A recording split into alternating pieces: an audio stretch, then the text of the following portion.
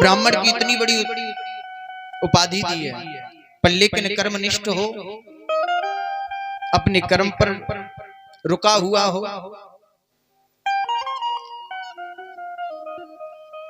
इसीलिए हमको कर्मनिष्ठ बनना चाहिए और ऐसा कर्म करना चाहिए महाराज कि जो हमारे धर्म से जुड़ा हो। ऐसा कर्म ना करें कि जो धर्म के विरुद्ध हो, उस कर्म को करें। महाराज कहते हैं कि हम कर्म करते हैं पर फल नहीं मिलता, पर महाराज परमात्मा भी उस कर्म का फल देता है कि जो कर्म धर्म के हेतु से जुड़ा होता है। और यदि अधर्मिक होता है वो कर्म, तो उसकी तो महाराज अंतोगत्वा खेल खराबी होता है। आज ऐसे ही 88,000 ऋषियों का समुदाय नैमिषारण्य तीर्थ में विराजमान होकर के बड़ी सुंदर सुंदर कथाओं का रसास्वादन कर रहे हैं सभी संत जन। और श्री सूत जी महाराज ने परीक्षित जन्म की पावन कथा को श्रवण कराया है।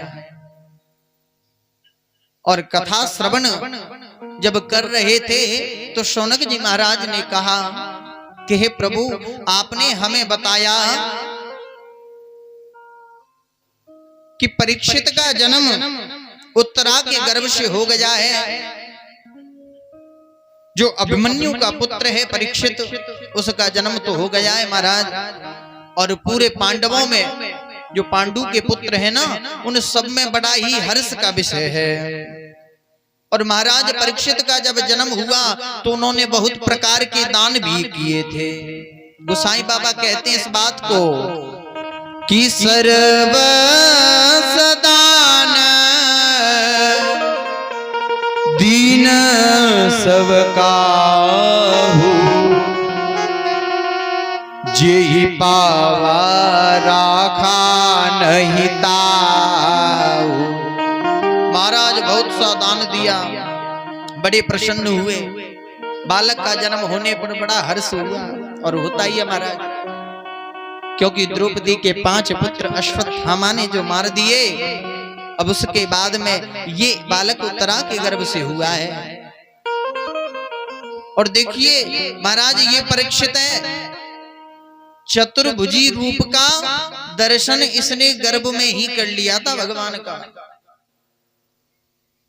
परीक्षित ने चतुर्भुज रूप का दर्शन गर्भ में ही कर लिया था।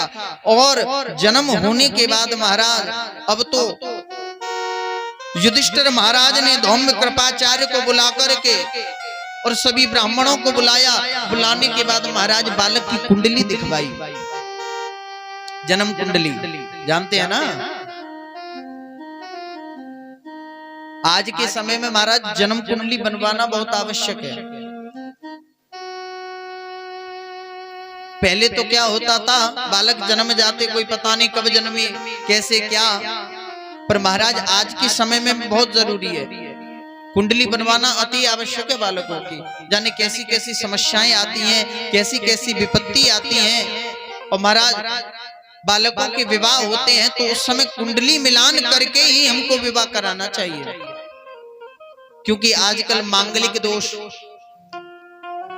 काल सर्प दोष, ऐसे ऐसे नाना प्रकार के दोष हैं जो आगे आने वाले दाम्पत्य जीवन में बहुत बड़ी बाधा उत्पन्न करते हैं। इसीलिए कभी भी बालकों का विवाह करें तो एक बार अपनी अपनी जन्म कुंडली चेक करवा करके ही विवाह संपन्न कराएं, वरना महाराज डिवोर्स, तलाकों की आज तक नौबत आ जाती है, कई रिश्ते खराब हो जाते हैं।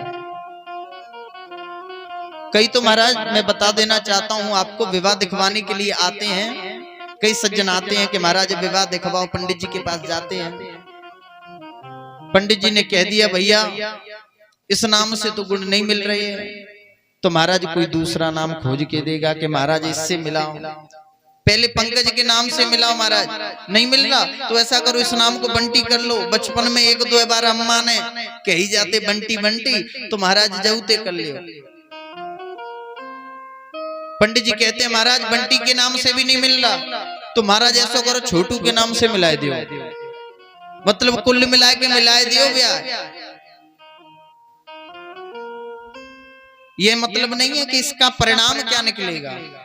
तो आज यहाँ पर युधिष्ठिर महाराज और धौम्य कृपाचार्य मिलकर के ब्राह्मणों के साथ में बैठ कर के आज राजा परीक्षित की उस विष्णु रात की अभिमन्यु के पुत्र की आज कुंडली को दिखवा रहे हैं। ब्राह्मण देख रहे हैं और कहते हैं, हे महाराज, हे राजन, ये बालक कोई छोटा मोटा बालक नहीं है, ये तो धनुर्धनुर में ये बालक अर्जुन और कार्तवीर के समान होगा और रंत देव की तरह उदार और ययाति महाराज की तरह धार्मिक और प्रहलाद की तरह भक्त होगा। महाराज ये अनेक प्रकार की उनकी युक्ति बताई। महाराज ये बालक कोई और नहीं, ये तो भगवान की विशेष कृपा से उत्पन्न हुआ एक प्रसाद है। ब्राह्मणों ने बारंबार समझाया। ब्राह्मण देवता कहने लगे कि हे राजन, लेकिन प्रहलाद जैसी भक्ति भी रहेगी और अनेकों अश्वमेध यज्ञ करने वाला भी होगा ये, क्योंकि मैयाओं उन माताओं का गर्भ धन्य बताया है शास्त्र में कि जिनका बेटा या तो किसी की सेवा करता हो या भगवान का भक्त हो या फिर संतों गुरुओं की सेवा करता हो या सभी का रक्षक हो, सूरवीर हो। और यदि ऐसा नहीं है, उसके कर्म खराब हैं, समाज से बेकार है, धर्म के आचरणों से बेकार है, तो महाराज ऐसे के लिए गोसाई बाबा कहते हैं कि जननी जने तो पुत्र जन के दाता के सूर केवल बाज रहे और प्रथा गमावती। शास्त्र भी कहता है जननी जन्म भूमिश्च स्वर्गात् अभिगरीयसे। महाराज उन मैयाओं का गर्भ धन्य है कि जिनका बेटा आज्ञाकारी हो, धार्मिक हो, भगवान की पूजा सेवा से जुड़ता हो। ऐसी मैयाओं का गर्भ भी धन्य बताया है। एक बार अकबर ने बीरबल से कहा था, हे बीरबल, तुम अपनी माँ को लाना, मैं देखना चाहता हूं, तुम इतने सुंदर हो, इतने बलवान हो, तो तुम्हारी माँ कैसी होगी। माँ को बुलवाया बीरबल ने, माँ आई। राजा ने कहा, अरे मैया, क्योंकि उन्होंने पल्लू कर रखा था, घूंघट। राजा ने कहा कि आप पर्दा तो खोलिए, मैं आपके चेहरे का दर्शन करना चाहता हूं। तो बीरबल की मां ने कहा, राजन, तुम मेरे चेहरे को क्या देखते हो, देखना हो तो इस कोख को देखो, इस उदर को देखो, इस गर्भ को देखो, जिससे मैंने ये शेर उत्पन्न किया था, ये बीरबल पैदा हुआ था। देखना हो तो इसको देखो, मेरे मुख को, मेरे स्वरूप को, मेरी काया को क्या देखोगे। ऐसे ही उन मैयाओं का, उन पिताओं का जीवन धन्य होता है जिनके संतान अच्छी होती है।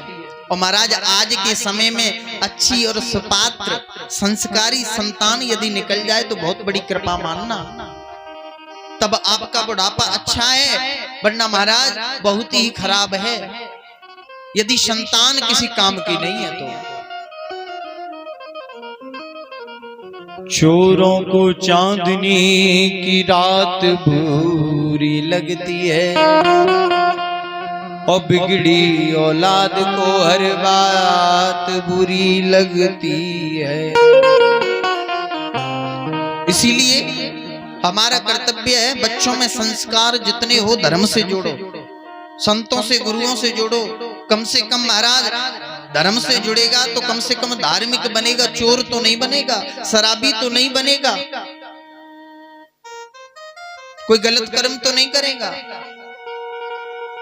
आज यहाँ पर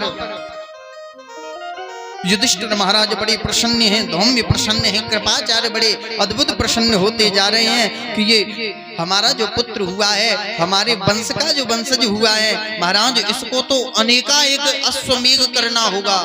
बड़े ही प्रसन्न हैं। पर उसी समय ब्राह्मण देवता ने कहा कि हे राजन, एक बात और कहना चाहता हूं। ये बालक बहुत कर्म करेगा, पर लेकिन समीक ऋषि के पुत्र श्रृंगी ऋषि के द्वारा ये श्रापित होगा, क्योंकि इस पर कलयुग का प्रभाव हो जाएगा और उस प्रभाव के कारण 7वें दिन पे जाकर के महाराज इसको मोक्ष गति प्राप्त होगी और तक्षक के द्वारा इसको ढस करके इसको मोक्ष मिलेगा। जो व्यास नंदन सुखदेव के द्वारा इसको मोक्ष कराया जाएगा। इसके जीवन में केवल ये कष्ट है। इस बात को सुन करके सभी लोग महाराज थोड़े से भ्रमित से हुए कि ऐसा क्यों होगा, क्योंकि हर माँ बाप चाहता है कि हमारा बालक किसी संत का, हमारे धर्म का, किसी गुरु का अपमान ना करे। पर लेकिन ब्राह्मण ने कह दिया महाराज ये समीक ऋषि के गले में सर्प, मरे हुए सर्प को डालेंगे, ऐसी कलयुगी बुद्धि हो जाएगी इनकी। महाराज कालांतर व्यतीत होता चला गया। इधर में धीरे धीरे महाराज परीक्षित बढ़ने लगे और महाराज परीक्षित देखने में ये विष्णु रात परीक्षित ऐसे लग रहे हैं महाराज कि जो देखता है सो देखते ही रह जाता है। इतनी सुंदर छटा है। कैसे हैं? सूत जी कहते हैं, हे शौनकादिक ऋषियों, कि सर्वांगम सुंदरम दिव्यम निर्मलम कनक प्रभम। बड़ी सुंदर कनक क्रांति है महाराज परीक्षित की, जो देखे सो महाराज अद्भुत हो जाए। अब तो कालांतर व्यतीत होता चला गया। आदि अनेक यज्ञ पांडवों ने किए। अश्वमेध करने के बाद एक दिन महाभारत आदि काल की भी स्थिति चली थी और चलते चलते कौरवों के और पांडवों के मध्य में जितने भी लोग थे सब एक दूसरे मरने लगे और नाना प्रकार के इन दुष्टों का भी संहार किया भगवान की कृपा से। अब जब महाभारत काल में जब सभी संपन्न हो गए युद्ध से और देखा कि अब कोई बचा नहीं है और इस प्रकार के अत्याचार को देख करके सूत जी कहने लगे कि हे ऋषियों, अब तो एक दिन महाराज युधिष्ठिर ने, धौम्य ने क्या विचार किया कि अब तो हमारी दूसरी अवस्था आ गई है, वृद्धावस्था आ गई है, अब क्यों ना पुत्र भी हो गया है, क्यों अब हमको राज्य छोड़ करके जाना चाहिए। आज युधिष्ठिर, धौम्य, कृपाचार्य आदि मिलकर के परीक्षित को राज्य सौंप करके तथा अनिरुद्ध के लड़के वज्र को महाराज मथुरा का राज्य दे करके और सभी उत्तर दिशा की ओर वन के लिए प्रस्थान कर गए। राजा परीक्षित को बचपन में ही राजपाट दे दिया। महाराज शास्त्र कहता है यदि किसी माँ बाप का पुत्र का विवाह हो जाए, विवाह हो जाने के बाद में उनको वानप्रस्थ लेना चाहिए, भगवान का भजन करनी चाहिए, सारी जिम्मेदारी छोड़ देनी चाहिए। महाराज बालकों के विवाह हो जाए तो उनको सौंप करके सभी माया को, सभी लीला को सौंप करके महाराज उनको वन के लिए, और वन नहीं महाराज अपने घर में ही भगवान नाम का आश्रय लेना चाहिए, पर 3-13 को छोड़ देना चाहिए। ये शास्त्र का मत है। पर महाराज कलयुग में तो देख रहे हैं, भले ही उम्र 95 वर्ष की है गई है, पर महाराज पैसा को तगा दो, पैसन के काजू चाहे बालकन से युद्ध करना पड़े तो महाराज युद्ध करने के लिए तैयार है। मैंने कई बुजुर्गों को देखा है, देखो माया का लगाव कितना है, मोह कितना है। यदि उनके पास 1000 रुपए भी होंगे तो महाराज, एक बुजुर्ग को मैंने देखा था, 1000 रुपए थे, उसको पहले तो किसी पॉलीथीन में लिपेटा, फिर उसके बाद किसी एक में लिपेटा, ऐसे ही 3-4 पॉलीथीन पे चढ़ाए रखी, तब जाके एक और पॉलीथीन में अंदर रख के तब भी 1000 रुपए उन्हें रबड़ चढ़ाए छिड़ू के तब रखे। वो क्या है? ये लगाव है धन के प्रति। पर हमको धन से लगाव छोड़ देना चाहिए। लगाव करना है तो उस नारायण से करो, क्योंकि अंतोगत्वा यही काम आता है। न धन काम आएगा, न ये वैभव काम आएगा, किसी भी शास्त्र को, किसी भी प्रथा को आप खोल लीजिए, अंत में आपके लिए सार यही निकलेगा महाराज। आज इधर में राजा परीक्षित को सिंहासन पर आसीन होने के बाद महाराज परीक्षित ने जैसे ही बड़े होने लगे, मंत्रियों के द्वारा राज्य शासन काल चलाया और कुछ समय के बाद उत्तरा की कन्या इरावती से विवाह किया और महाराज परीक्षित के एक पुत्र उत्पन्न हुआ जिसका नाम महाराज जन्मेजय है। और जन्मेजय के बाद महाराज 4 पुत्र और पैदा हुए राजा परीक्षित के लिए। सूत जी कहते हैं, हे ऋषियों कि भद्रास्व के तुमालम च भारतम चोतरान कुरुन किम पुरुषादि निवर्षाणि विजित्य जग्रहे बलिम। एक बार जब महाराज परीक्षित सब शासन काल को चला रहे थे तो एक दिन उन्होंने विचार किया कि आज तो आखेट के लिए जाना चाहिए। तो उन्होंने एक विशाल सेना को लेकर के अनेकों राजाओं को भद्रास्व, केतमाल और उत्तर भारत नाना प्रकार के राजाओं को भी जीत लिया। और जीतने के बाद राज शासन काल कर रहे थे महाराज, और विचार करके एक दिन वन के लिए चले गए कि हमारे राज्य में क्या चल रहा है उसको भी जरा देखना चाहिए। तो महाराज जब परीक्षित गए तो जैसे ही घूम रहे थे वन में तो वो क्या देखते हैं, एक काला काला पुरुष जिसके हाथ में खड़ग दंड लगा हुआ है, बिल्कुल काला है महाराज, और बड़ा बलवान स्वरूप है उसका।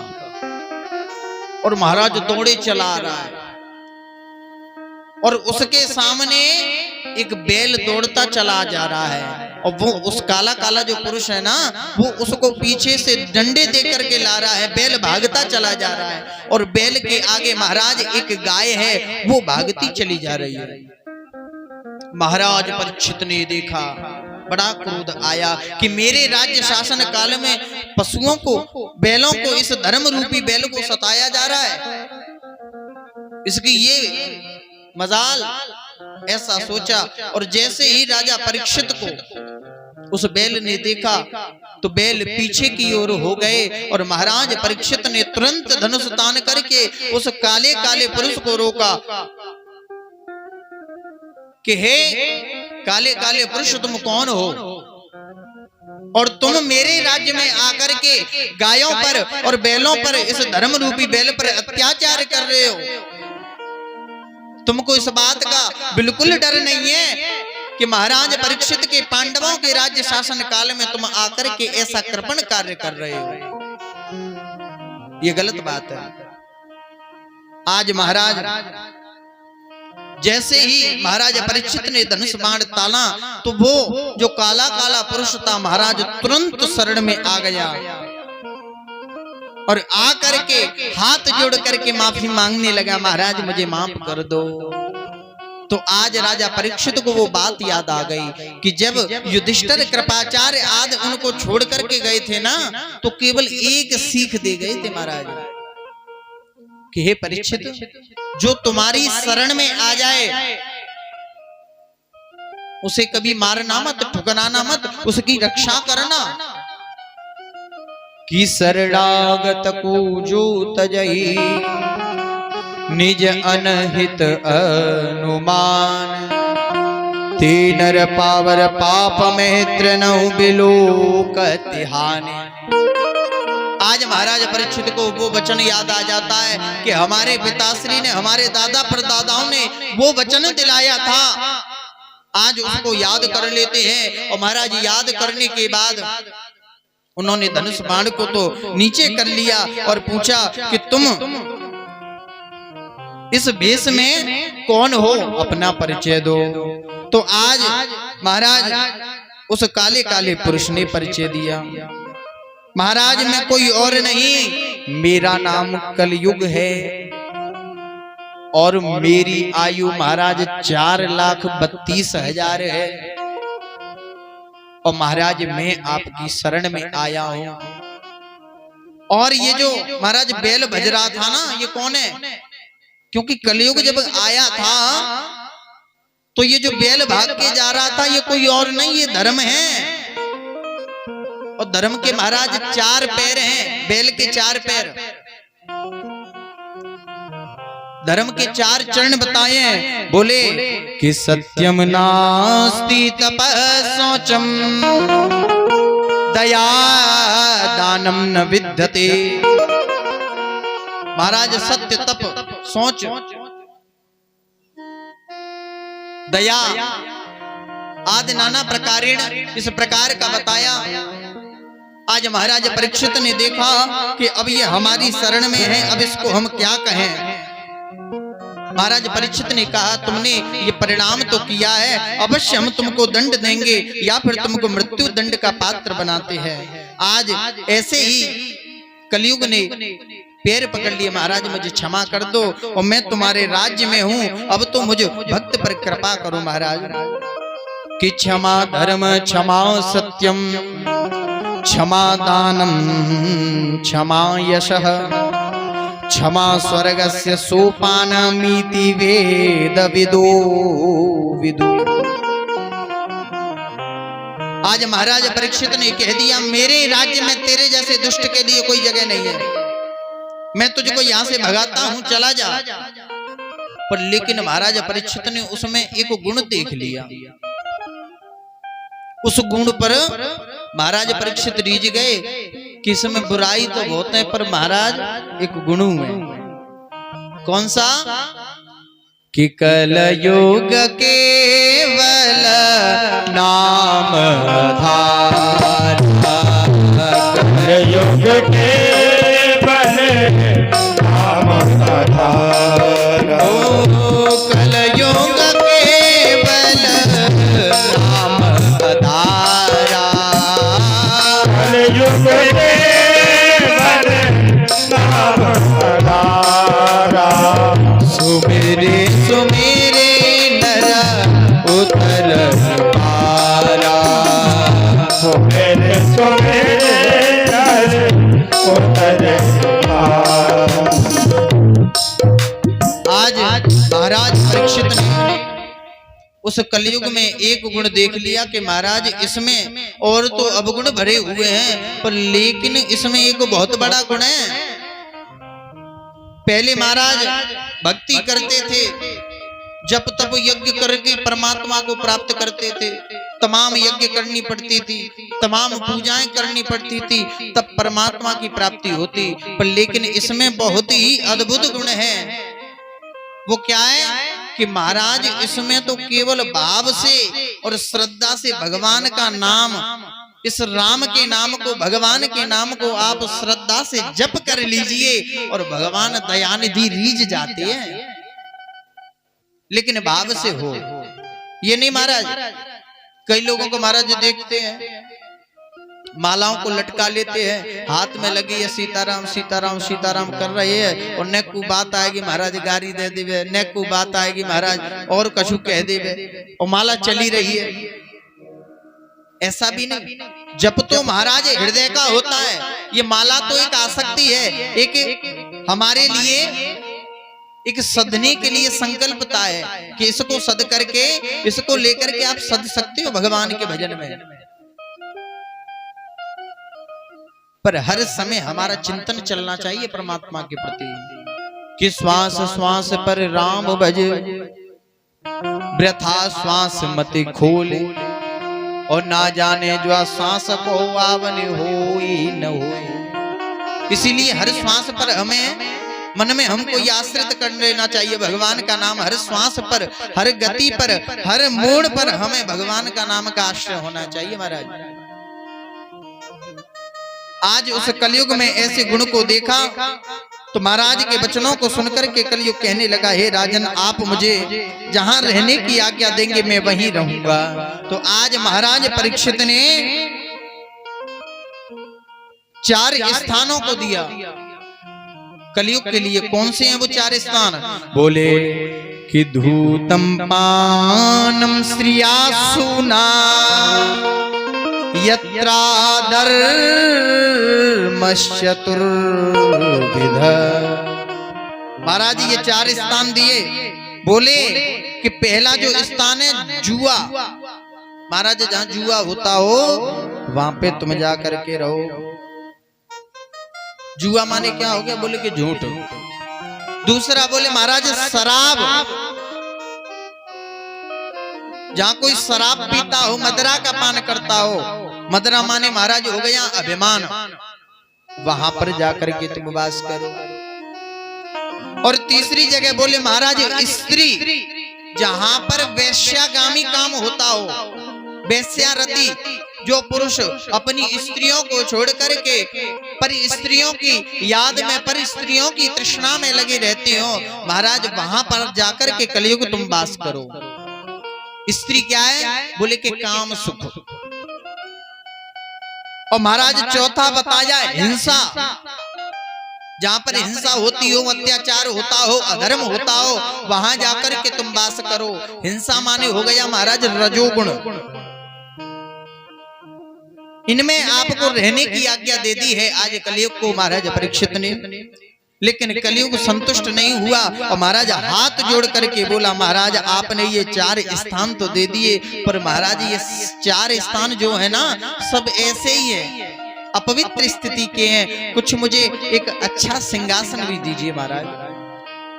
तो आज राजा परीक्षित ने कह दिया कि हे कलयुग, तुम यदि एक और स्थान लेना चाहते हो ना, जो पाप के धन से, जो लूट करके, छीन करके, झपट करके, इत्ते बित्ते महाराज इधर उधर से लेने के बाद जो भी धन आपने एकत्रित कर लिया है, और उसके बाद उसका आप यदि सोना बनाओगे, गोल्ड बनाओगे, स्वर्ण की वस्तु बनाओगे महाराज, उसमें जाकर के तुम्हें वास करना है।